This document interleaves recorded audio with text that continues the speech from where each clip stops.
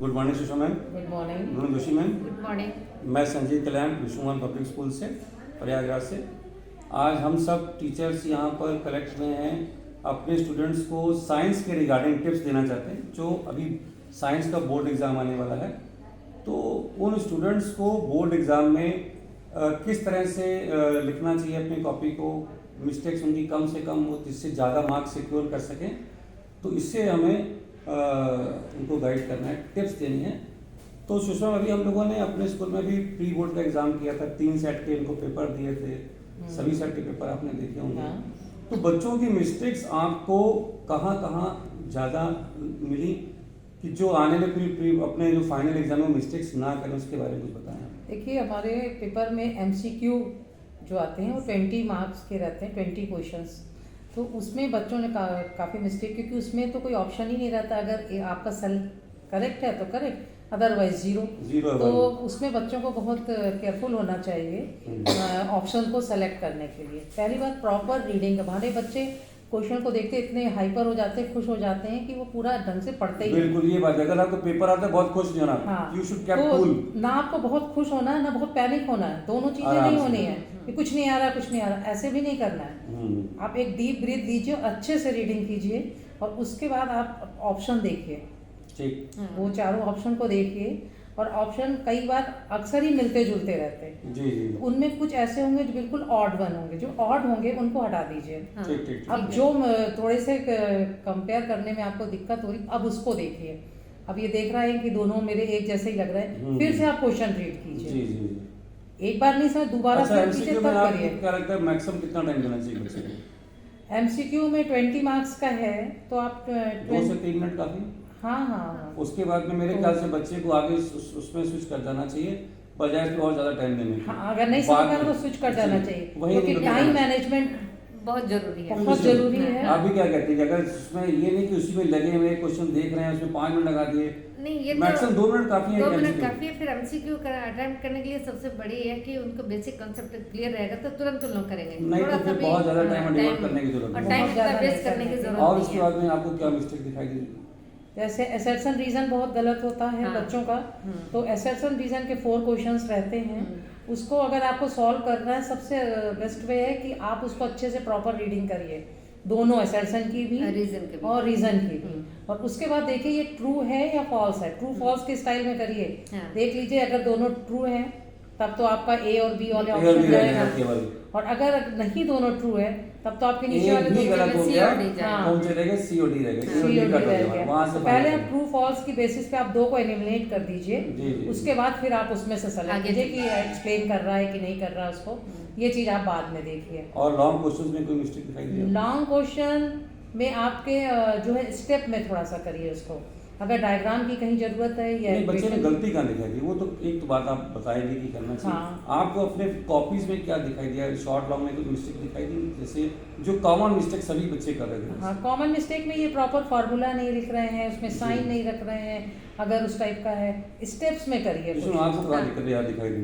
नहीं, मेरे तो अगर मैं केमिस्ट्री का पोर्शन लूँ और भी फिजिक्स और बायोलॉजी पूरी कॉपी में कहाँ दिखाई दे? पूरी कॉपी में ये कि जैसे केमिस्ट्री का मैं बताती हूँ, जैसे ये फंक्शनल ग्रुप है। फंक्शनल ग्रुप में अल्कोहल है तो IPC नेम है ओल, एल, OIC, ये सब चलते हैं। तो मैं हड़बड़ी में ओल की जगह एल कर दूँ तो उनकी पूरी कैटेगरी, उनकी प्रॉपर्टीज चेंज हो जाएगी। जैसे अल्कोहल में अगर विनेगर आ गया तो कहाँ अल्कोहल, कहाँ खट्टा सोड। अच्छा, ओ ए बनाने बच्चे गलती करते हैं। वो ओ ए डिफरेंस नहीं समझते कि ए बना है कि ओ बना है। वो क्लियर कट मेंशन होना चाहिए। क्लियर कट मेंशन, अगर क्लियर कट मेंशन नहीं करेंगे तो उतना ही वो लोग गड़बड़ करेंगे, उतना ही अपने नंबर कम करेंगे। अच्छा, पहली चीज़ क्या, मैं दूसरी चीज़ इक्वेशंस जो लिखते हैं तो इक्वेशंस कभी कभी उन लोग क्या करते हैं, कैपिटल L लिख देते हैं। तो सिंबल भी, एलिमेंट के जो सिंबल वो भी क्लियर लिखना चाहिए। और कभी कभी उन लोग बैलेंसिंग में कभी 3 और 4 लगा देते हैं, तो उसको जब अगर उन्होंने इक्वेशन गलत लिखा तो पूरा कट करके फिर नया इक्वेशन नए लाइन से लिखना चाहिए। तो कैपिटल इक्वेशंस क्या ऐसे छोड़ दीजिए, बैलेंस लिखनी चाहिए, कैसे भी चलेगी? नहीं, बैलेंस होना चाहिए। अगर बैलेंस के नीचे नाम नेम लिखने की जरूरत है, जैसे हाइड्रोक्लोरिक एसिड, नेम लिखना भी सोडियम हाइड्रोक्साइड, वो भी नीचे जाना चाहिए। जरूरी है और बैलेंस करना भी जरूरी, तभी नंबर मिलेंगे। और नेम नहीं लिखेंगे तो अगर जैसे कई बच्चे होते हैं कि नाम लिखना भूल जाते हैं, अगर उनको अगर डाउट है तो ना लिखें। रिएक्टेंट्स और प्रोडक्ट्स के नेम मुझे लिखने हैं, पूरा नहीं दोनों के नाम में लिखना चाहिए। एरो ठीक तरह से बनाने चाहिए, नंबरिंग ठीक से करनी चाहिए। और क्वेश्चन जैसे इक्वेशन लिखा उसके पास नीचे थोड़ी सी जगह छोड़ करके उसमें उसके कंपाउंड्स के नाम लिखने चाहिए। और कोई भी क्वेश्चन करें, कोई भी क्वेश्चन करने के बाद हमेशा 2 लाइन छोड़ करके ही लाइन कीजिए, गैप देना चाहिए। क्योंकि मान लीजिए अगर उस समय पॉइंट नहीं याद है, बाद में पॉइंट आ रहा है, तो फिर उसमें कम से कम उनके पास 2 लाइन है कि उसमें क्लियर लिख सकते हैं। और बच्चों को ये सोचना चाहिए कि कॉपी का आंसर इस तरह लिखें कि जिससे जो एग्जामिनर है कॉपी करने में इजी रहे उनको कॉपी करेक्शन में। अगर कॉपी करेक्शन में अगर इजी नहीं रहेगा तो वो एग्जामिनर उसके लिए ये ना हो जाए कि वो क्वेश्चन ढूंढ रहा है कहाँ फर्स्ट गया, कहाँ आपने 35 एक किया। सेक्शन के क्वेश्चन एक ही जगह करें, ऑर्डर में ही करें। ऑर्डर में करें, ऑर्डर करें तो ज़्यादा अच्छा है।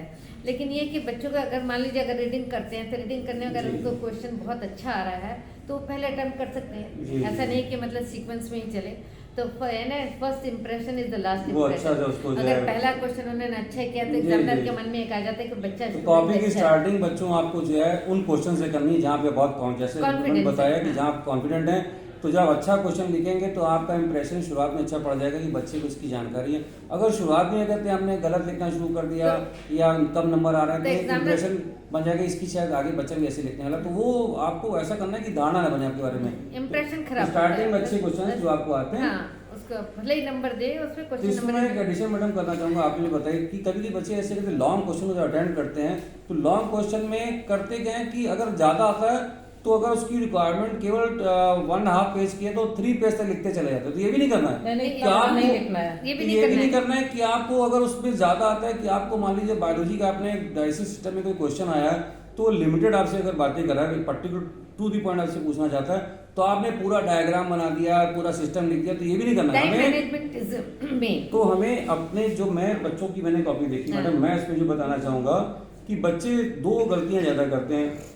अगर क्वेश्चन आता है तो उसको इतना एलेबोरेट कर देते हैं कि इसकी जरूरत ही नहीं है। नंबर तो आपको 5 ही मिलने हैं, आप अगर उसमें 4 पेज लिख दोगे तब भी 5 मार्क्स मिलेंगे, जितना उसमें ऑप्टिमम चाहिए तब भी आपको 5 मिलेंगे। एक गलती बच्चे क्या करते हैं कि बहुत ज्यादा लिखते चले जाते हैं। बायो की मैं पार्ट कर रहा हूँ। फिर बच्चों को ये देखना चाहिए कि क्वेश्चन नंबर कितने नंबर का है, उसके अकॉर्डिंग कंटेंट उसमें वर्ड्स मेंशन होते हैं, कितने वर्ड का हमको लिखना है। 2 नंबर का तो 2 पॉइंट लिखे, 3 नंबर का तो 3 पॉइंट लिखे। और इसके अलावा बच्चों ने मैंने जो कॉपी चेक करी है उसमें अगर आपसे पूछा जा रहा है नेफ्रॉन के बारे में मान लीजिए, तो आपको तो आता है न्यूरॉन के बारे में, तो आपने न्यूरॉन लिखना शुरू कर दिया। तो ऐसा मत करिए, चेक करना बेवकूफ नहीं है, वो नंबर उसी चीज के देगा जो क्वेश्चन पूछा गया है।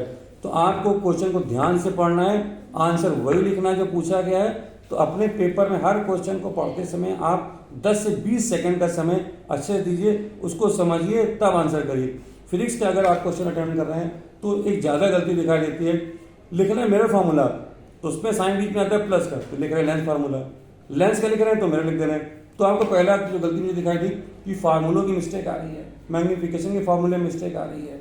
तो फार्मूले आपको एकदम क्रिस्टल क्लियर याद होने चाहिए। और कैलकुलेशन, इवन कभी कभी बच्चे कैलकुलेशन में गलती कर देते हैं। अब आपको एक क्वेश्चन कर रहे हैं, अगर कैलकुलेशन गलत कर दी, ऊपर सब अच्छा करते रहे, फाइनल आंसर तो मार्क्स कर दिए। तो ये चीज़ आपको ध्यान रखनी है, कैलकुलेशन प्रॉपर होने चाहिए, टू दी पॉइंट लिखिए, क्योंकि प्रेजेंटेशन मैटर करती है आपके एग्जाम में। याद रखिएगा, सीबीएसई के एग्जाम में बच्चे 20 पेज लिखकर भी 78 मार्क्स ले आते हैं और 30 पेज लिखकर भी उनके जो है 20 मार्क्स नहीं आते हैं। और इसमें मैं एक चीज बताना चाहूंगी कि जैसे क्वेश्चन पेपर बच्चे कभी रिपीट मत करना, क्योंकि रिपीट कर क्वेश्चन करेंगे तो क्योंकि जो हमारा जो मेन पेपर है उसमें केजिंग बनी रहती है। तो जब हमने क्वेश्चन नंबर 5 पे नंबर हमने अलॉट कर दिया, फिर तुमने क्वेश्चन नंबर 5 लिख देंगे, हम टीचर को बेवकूफ़ बना दे तो देखेंगे तो हमारा टाइम वेस्ट होगा।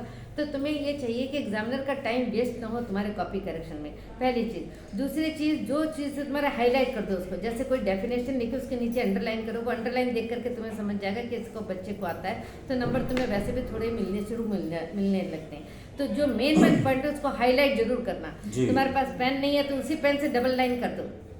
और क्वेश्चन एक पढ़ना, जैसे मान लो क्वेश्चन में नहीं लिखा कि draw explain the answer of this question with the help of diagram, तो ये जरूरी नहीं कि डायग्राम लिखे ही हैं। तुम्हें अगर उससे क्वेश्चन में रिलेटेड डायग्राम है तो अपने आप तुम्हें बनाना है डायग्राम, क्योंकि वो नंबर तुम्हारे उस क्वेश्चन के अंदर एम्बेडेड है। तुम्हें नंबर डायग्राम बना के उसमें लेबलिंग करके उसको एक्सप्लेन करना, तब तुम्हें पूरे नंबर मिलेंगे।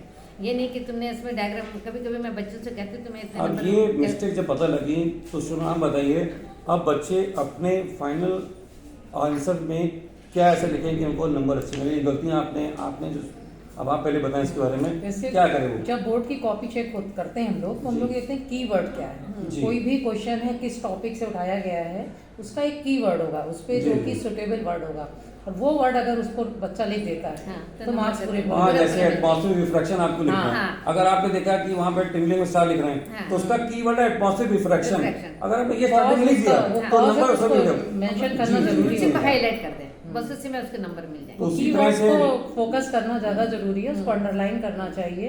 जी, जी। और जैसे देखिए बायोलॉजी में क्वेश्चन आता है जस्टिफाई स्टेटमेंट, हाँ। या हेरिडिटी का क्वेश्चन हाँ, है जिससे हाँ। कोई भी लॉस को जस्टिफाई हाँ। करना या किसी चीज को, हाँ। उसको जरूर अटेंड करें। बच्चे समझते हैं इसमें क्या लिखें, उसी क्वेश्चन का ही आप लिख लीजिए क्या जस्टिफिकेशन जिसका करना है, और उसमें जो आप ऐड कर सकते हैं, जो लॉ या जो भी लाइन लिख सकते हैं उसको लिख लीजिए। जी। अननेसेसरी का बहुत बड़ा ना कीजिए, बिल्कुल बिल्कुल। लेकिन आप उसका आंसर प्रॉपर दीजिए, और जो आप उसके लॉ यूज करें उसको अंडरलाइन। अगर आपसे कोई फंक्शन पूछा गया है, इसका फंक्शन बताइए बायोलॉजी में, तो फंक्शन लिखना है, ये नहीं बताना है कि वो पार्ट बॉडी में कहाँ मिलेगा। कहाँ मिलेगा? तो हाँ, होता है function पूछते है। फंक्शन है तो लिखेंगे नहीं ये पार्ट तो बॉडी वहाँ मिलता है। तो आपको फंक्शन मतलब आप बताइए मैडम, Function। अच्छी कॉपी कैसे लिखनी बच्चे हाँ, की? तो बच्चे अब जैसे मान लीजिए बच्चों ने कॉपी लिया, क्वेश्चन पेपर लिया, क्वेश्चन पेपर पढ़ने के बाद उनको जो सबसे अच्छा क्वेश्चन आता है जिसमें फुल कॉन्फिडेंस है उसको पहले अटेम्प्ट करेंगे। ये ठीक तो हम है? लोग बात कर चुके हैं हाँ, इसके बारे में। तो उसके बाद फिर वो क्वेश्चन नंबर अटेम्प्ट करेंगे, कितने नंबर का क्वेश्चन है भी हम लोग डिस्कस कर चुके हैं। जी। और इसके बाद ये जैसे रिपीट क्वेश्चन नहीं करना, ये भी डिस्कस जी, कर जी, चुके जी। हैं। और जितना क्वेश्चन हम नीट एंड क्लीन लिखेंगे, जितना हम उसमें सफाई से पेश आएंगे, उतने हमें अच्छे नंबर मिलेंगे। Points में answer Points में लिखें। answer। बस बस। पॉइंट्स में आंसर लिखें, कीवर्ड को अंडरलाइन Keyword करें, underline करें। ये बेस्ट वे है प्रेजेंटेशन जी, जी, जी। प्रेजेंटेशन का। आपको। और जितनी कॉपी सफाई से, और हम मेरा तो क्वेश्चन है कि हर क्वेश्चन के आंसर के बाद आप 2-2 लाइन छोड़िए, वो उसके बाद वो अंडरलाइन पूरा आपने कर शुरुआत में बताया था हाँ। कि कॉपी में गैपिंग नहीं है, नंबर अच्छे से लिखना है, question number Repeat। Clear cut होने चाहिए, कुछ बातें बता चुकी हैं। हाँ। अब इसमें जितनी बातें आप लोगों ने बताई बड़ी काम की बातें बताई। एक चीज मैं बता दूं बच्चों, आपको शुरुआत में 15 मिनट मिलते रीडिंग के लिए, हाँ। उसका यूटिलाइजेशन कैसे करना है उसको सुन लीजिए। आपको ये नहीं करना है कि पेपर मिला तो आप लगे पूरा पेपर पलट लें, क्या है कैसे, कुछ नहीं। काम and coolly go to the last section, section E में जहाँ पे रीडिंग सेक्शन है। हमारे क्वेश्चन पेपर में सबसे ज़्यादा जो रीडिंग के लिए आपको टाइम देना होता है वो सेक्शन ई में देना होता है, जहाँ केस बेस्ड स्टडी क्वेश्चंस आते हैं। तो उस 15 मिनट्स में अपने आप केस बेस्ड स्टडीज़ को फुल्ली पढ़िए, उसके बारे में प्लान करिए कि इसको कैसे आंसर करेंगे। तो ये आपकी शुरुआत के 15 मिनट आपको ये नहीं करना है कि केवल पेपर आपसे पलट के देख रहे हैं कि क्या मुश्किल है क्या आसान। अपने आप को कूल रखिए।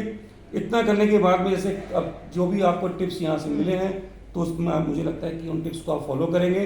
पेपर को लिखने समय नीट एंड क्लीन लिखेंगे, गैपिंग देंगे, कैलकुलेशन का ध्यान रखेंगे, और केमिस्ट्री में ध्यान कर लीजिए मुश्किल से आई थिंक 20-30 मैडम इतनी सारा इक्वेशन है, केमिकल इक्वेशन आपकी 25-30 इक्वेशन है, हाँ। उसको अच्छे से याद कर लीजिए विद देम। जहाँ जो जो रिएक्टेंट कंपाउंड्स के नाम आ रहे हैं उसको, तो जो आपको गैप मिलने वाला साइंस में वहाँ भी इन बातों को ध्यान रखेंगे। और एक तो मुझे मैं- लगता है कि आप बहुत हाँ, अच्छे मार्क्स मैं- सिक्योर कर सकते हैं। हाँ, जी। एक बात है, जैसे मान लीजिए डेफिनेशन आता है डिहाइड्रेशन, डिहाइड्रेशन डेफिनेशन है, और भी के सेपोनिफिकेशन डेफिनेशन है।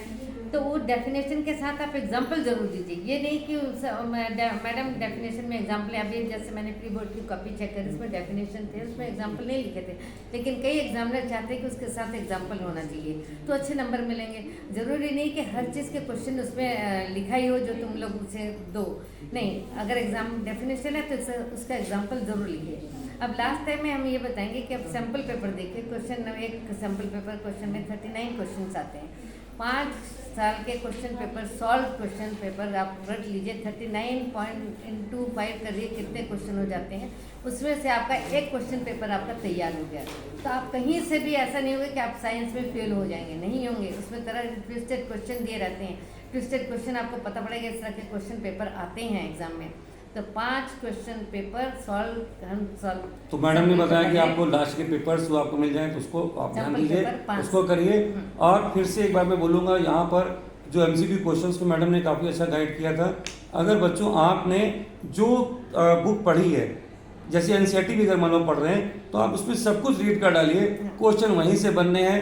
ज़्यादा आप परेशान, क्योंकि एमसीक्यू देखिए वो इनफाइनाइट है, आप ये नहीं कह सकते कि यही क्वेश्चन में ही मिलने वाला है। लेकिन हमने कॉन्सेप्ट, डेफिनेशंस और यूजेस, हाँ यूजेस भी याद है कि यूजेस भी याद रखिएगा। जैसे आपने सॉल्ट पढ़े होंगे तो सॉल्ट में अलग अलग सॉल्ट के अपने यूजेस पढ़े होंगे, तो रिवर्स क्वेश्चन भी आपको मिलते हैं कि एक पर्टिकुलर सॉल्ट अगर वाइट वॉशिंग के लिए यूज हो रहा है तो वहाँ पे क्या हो रहा है। और फिजिक्स में अगर आते हैं कि लेंसेज के बारे में पढ़ रहे हैं तो कौन सा लेंस कहाँ यूज हो रहा है, तो यूजेस भी आप लोगों Uses- को अच्छे से uses पढ़िए। बहुत रिवर्स क्वेश्चन में आपको उसका बेनिफिट मिलेगा, उसको लाइटली मत लीजिएगा यूजेस को भी।